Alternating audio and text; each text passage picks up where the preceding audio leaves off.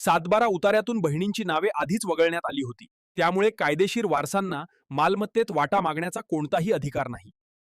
1980 साली दोन बहिणी मयत झाल्या. तसा त्यांचा मृत्यू दाखला 1985 साली सादर करून नावे कमी करण्यात आली. त्यानंतर 1998 साली कोर्ट आदेशानुसार जमिनीचे वाटप झाले. त्या वाटपात कोठेही त्या बहिणीच्या वारसाने हरकत नोंदवली नाही. त्यातल्या बऱ्याच जमिनीची विक्री देखील झाली, तेव्हाही कुठल्याही वारसाकडून हरकत नाही केली. पण आता जेव्हा आम्ही उर्वरित जमिनीतील काही भाग विक्रीस काढला आहे, तेव्हा हरकत दाखल केली आहे. बहिणीच्या वारसापैकी एकच वारस जिवंत आहे. हरकत ही नातवानी केली आहे, तर त्या हरकती ग्राह्य ठरते का, असा प्रश्न आपल्याला आपल्या सोशल मीडिया प्लॅटफॉर्मवर विचारण्यात आलेला आहे. तर मित्रांनो, या प्रश्नामध्ये आपल्याला 3 भाग करावे लागतील. पहिला भाग म्हणजे मिळकतीचं स्टेटस. दुसरा भाग म्हणजे जे वारस आहे, ज्यांनी वाद घातलेला आहे, त्या लोकांनी किंवा त्यांच्या आईने हक्क सोडपत्र करून दिलेलं आहे. आणि तिसरा जो भाग आहे तो जे कोर्टाचे आदेश झाले असं म्हणणं आहे या प्रश्नामध्ये, तर त्या कोर्टामध्ये जे आहे ते जे वारस आहेत ते पक्षकार आहेत का. तर असे 3 भाग आपल्याला करावे लागतील. आपण पहिल्या भागाबद्दल बोलूया की या प्रश्नामध्ये असं म्हटलेलं होतं की बहिणींची नावं लागलेली होती, बहिणी मयत झाल्या, त्यांच्या मृत्यूचे दाखले देऊन आम्ही नोंदी ज्या आहेत त्यांच्या नावं कमी केली. आता एखाद्या व्यक्तीचं नाव उतार्यावरून कमी केल्यामुळं त्या व्यक्तीला असलेले हक्क जे आहेत ते संपुष्टात येत नाही. त्यांचे हक्क ती व्यक्ती मयत झाल्यानंतर त्यांच्या वारसांना जातात. त्यामुळं या प्रश्नामध्ये किंवा या केसमध्ये महत्वाची गोष्ट अशी आहे की त्या बहिणी मयत झाल्यानंतर त्यांचे वारस रेकॉर्डावर लागलेले होते का, त्या वारसांनी हक्क सोडपत्र करून दिलेलं आहे का, किंवा त्यांनी त्यांचे हक्क सोडलेले आहेत का रजिस्टर हक्क सोडपत्राद्वारे किंवा माननीय न्यायालयामध्ये एखाद्या दाव्यामध्ये. जर केवळ आपण बहिणी मयत झाल्या आहेत म्हणून त्यांच्या मृत्यूचा दाखला संबंधित महसूल अधिकारी यांना दिला आणि त्यांची उतार्यावरून नावं फक्त कमी केलेली असतील, तरी त्यांच्या वारसांचे त्या बहिणीच्या जे हक्क आहेत, जे त्या वारसांना प्राप्त होतात, ते हक्क जाऊ शकत नाही. दुसरा या प्रश्नामधला महत्वाचा मुद्दा होता की मृत्यू दाखला देऊन बहिणीची नावं कमी केली. नावं कमी केल्यानंतर त्याच्यामध्ये वाटपाचा दावा झाला आणि त्या वाटपाच्या दाव्याच्या वेळेला सुद्धा त्या वारसांनी काही हरकत केली नाही. तर त्या वाटपाच्या दाव्यामध्ये त्या वारसांना प्रतिवादी म्हणून सामील केलेलं होतं का, हा मुद्दा आहे. जर का ते वाटप आणि तो वाटपाचा आदेश हा त्या वारसाच्या परस्पर झालेला जर असेल, तर तो हुकुमनामा हा त्या वारसांवर बंधनकारक होऊ शकत नाही, कारण ते त्यामध्ये पक्षकार नाही.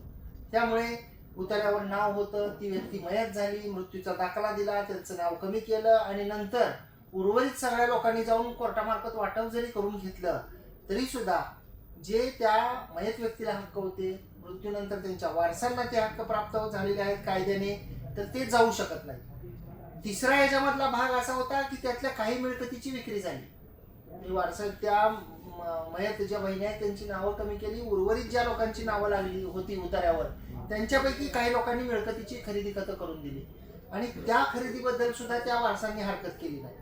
आणि आता जेव्हा आम्ही मिळकतीची विक्री करतोय आमच्या, तर त्यातले एक वारस असं म्हणतोय की आमचा याच्यामध्ये हिस्सा आहे. तर त्या वारसांनी किंवा त्या मयत बहिणीने जर हक्क सोडलेला नसेल, तर त्यांचा हक्क हा अबाधित असतो, त्यांचं जरी उतार्यावरून नाव कमी करून घेतलेलं असलं तरी.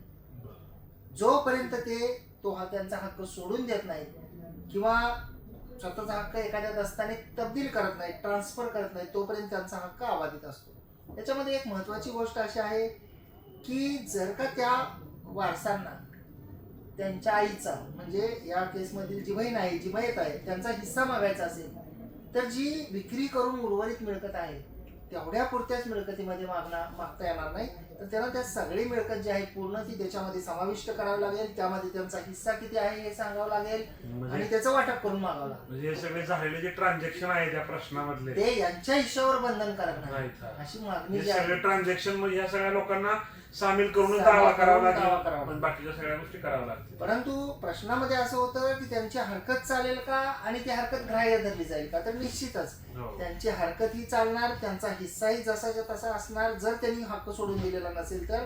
आणि त्यांना त्यांचा हिस्सा वाटप सुद्धा करून मागता येणार.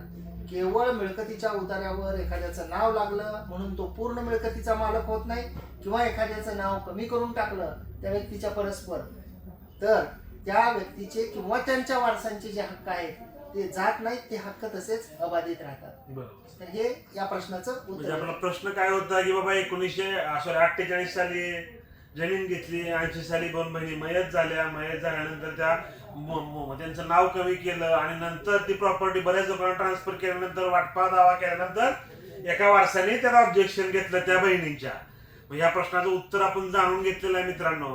तर अशाच प्रकारची नवनवीन कायदेविषयक माहिती जाणून घेण्यासाठी अद्याप जर तुम्ही आमच्या कोर्ट कचेरी या युट्यूब चॅनलला सबस्क्राईब केलं नसेल तर सबस्क्राईब करा.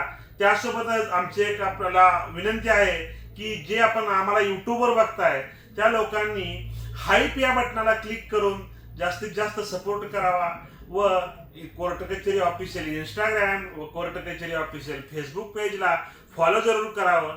धन्यवाद. धन्यवाद.